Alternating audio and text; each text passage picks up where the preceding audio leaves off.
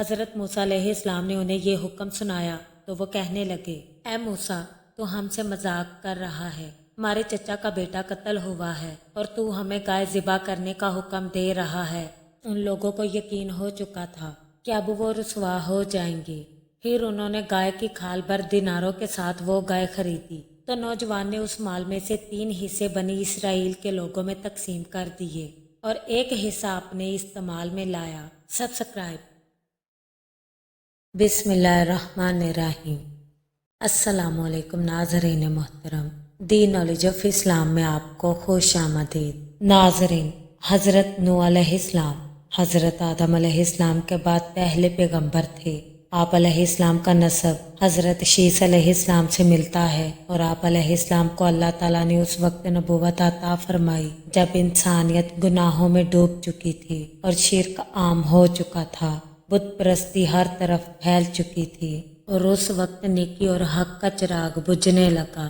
آپ علیہ السلام کی قوم نوح کہلاتی ہے، جو پتھر کے بتوں کو خدا مان کر ان کی پوجا کیا کرتی تھی۔ ان کے مشہور بتوں کے نام تھے ود، سوا، یاغوس، یاؤق، نصر۔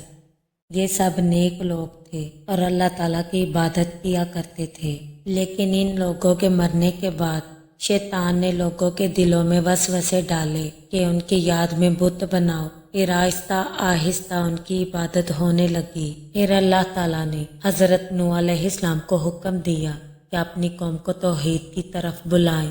آپ علیہ السلام نے دن رات چپکے اعلانیہ چھپ کر ہر طریقے سے قوم کو سمجھایا۔ سورہ اعراف میں اللہ تعالیٰ فرماتا ہے، حضرت نوح علیہ السلام اپنی قوم سے فرمانے لگے کہ میری قوم، اللہ تعالیٰ کی عبادت کرو، اس کے سوا کوئی معبود نہیں۔ کیا تم ڈرتے نہیں؟ لیکن آپ علیہ السلام کی قوم کہنے لگی، اے نوح، تم ہماری طرح کے ہی انسان ہو، تم پر ہمارے سردار ایمان نہیں لاتے کیونکہ ہم تمہیں جھوٹا سمجھتے ہیں۔ حضرت نوح علیہ السلام نے 950 سال تک اپنی قوم کو دعوت دی، لیکن سوائے چند غریب، نیک اور سادہ دل لوگوں کے اور کوئی بھی ایمان نہ لایا۔ اس طرح آپ علیہ السلام کی قوم نے آپ علیہ السلام کا بہت زیادہ مذاق اڑایا۔ آپ علیہ السلام کی قوم کہنے لگی کہ آپ کے پیروکار تو کمزور، غریب اور ناسمجھ لوگ ہیں۔ وہ لوگ آپ علیہ السلام کو پتھر مارتے، تانے دیتے اور دعوت حق کو ٹھکرا دیتے، حتیٰ کہ سورہ نوح میں آتا ہے، ہر بار جب میں انہیں بلاتا کہ اے اللہ انہیں معاف فرما دے، وہ اپنی انگلیاں کانوں میں دیتے اور اپنے کپڑے اپنے اوپر لپیٹ لیتے، اکڑتے اور بہت تکبر کرتے۔ جب حضرت نوح علیہ السلام کو نبوت ملی تو انسان شرک میں ڈوبا ہوا تھا، معاشرہ گناہ، نافرمانی اور دنیا پرستی کی دلدل میں پھنس چکا تھا۔ اللہ تعالیٰ نے حضرت نوح علیہ السلام کو ایک عظیم مقصد کے لیے چنا اور لوگوں کو اللہ کی طرف بلانا اور انہیں عذاب سے خبردار کرنا۔ آپ علیہ السلام نے جب دعوت حق کا آغاز کیا تو آپ علیہ السلام نے ہر طریقے سے لوگوں کو اللہ کی عبادت کی طرف بلانا شروع کر دیا، مگر قوم کا رد عمل بہت سخت تھا۔ لوگوں نے آپ علیہ السلام کا مذاق اڑانا شروع کر دیا۔ لوگ آپ علیہ السلام کا مذاق اڑانے لگے، یہاں تک کہنے لگے کہ نوح، تو ہم سے بحث نہ کیا کرو، اگر تو اتنا ہی سچا نبی ہے تو اپنے رب سے کہہ کر عذاب لے آ۔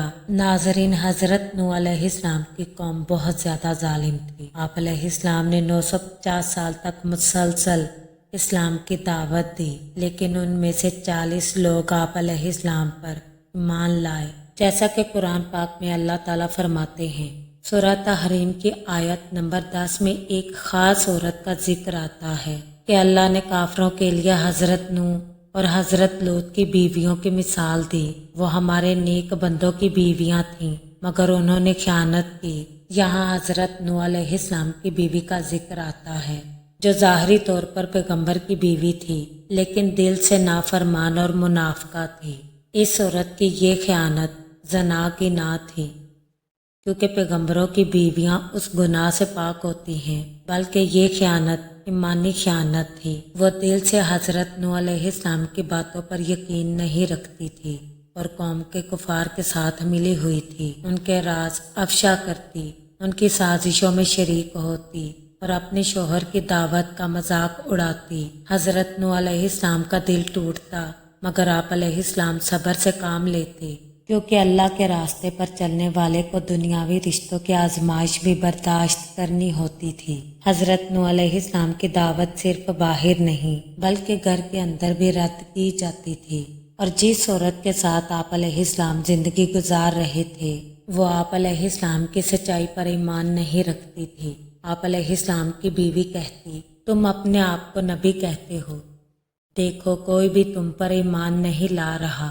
وہ عورت حضرت نوح علیہ السلام کی دعوت کو کمزور کرنے کی کوشش کرتی اور کفار کو اطلاع دیتی کہ آپ علیہ السلام کب اور کہاں جائیں گے اور کس سے بات کر رہے ہیں۔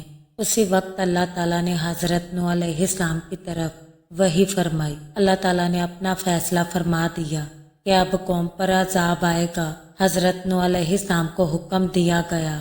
اللہ تعالیٰ اپنے نبی کو فرماتے ہیں کہ اے نوح، کشتی بناؤ اور اس میں ہر مخلوق کا ایک ایک جوڑا اور اپنے ماننے والوں کو سوار کرو۔ حضرت نوح علیہ السلام کا دل بیوی کے لیے بھی نرم تھا۔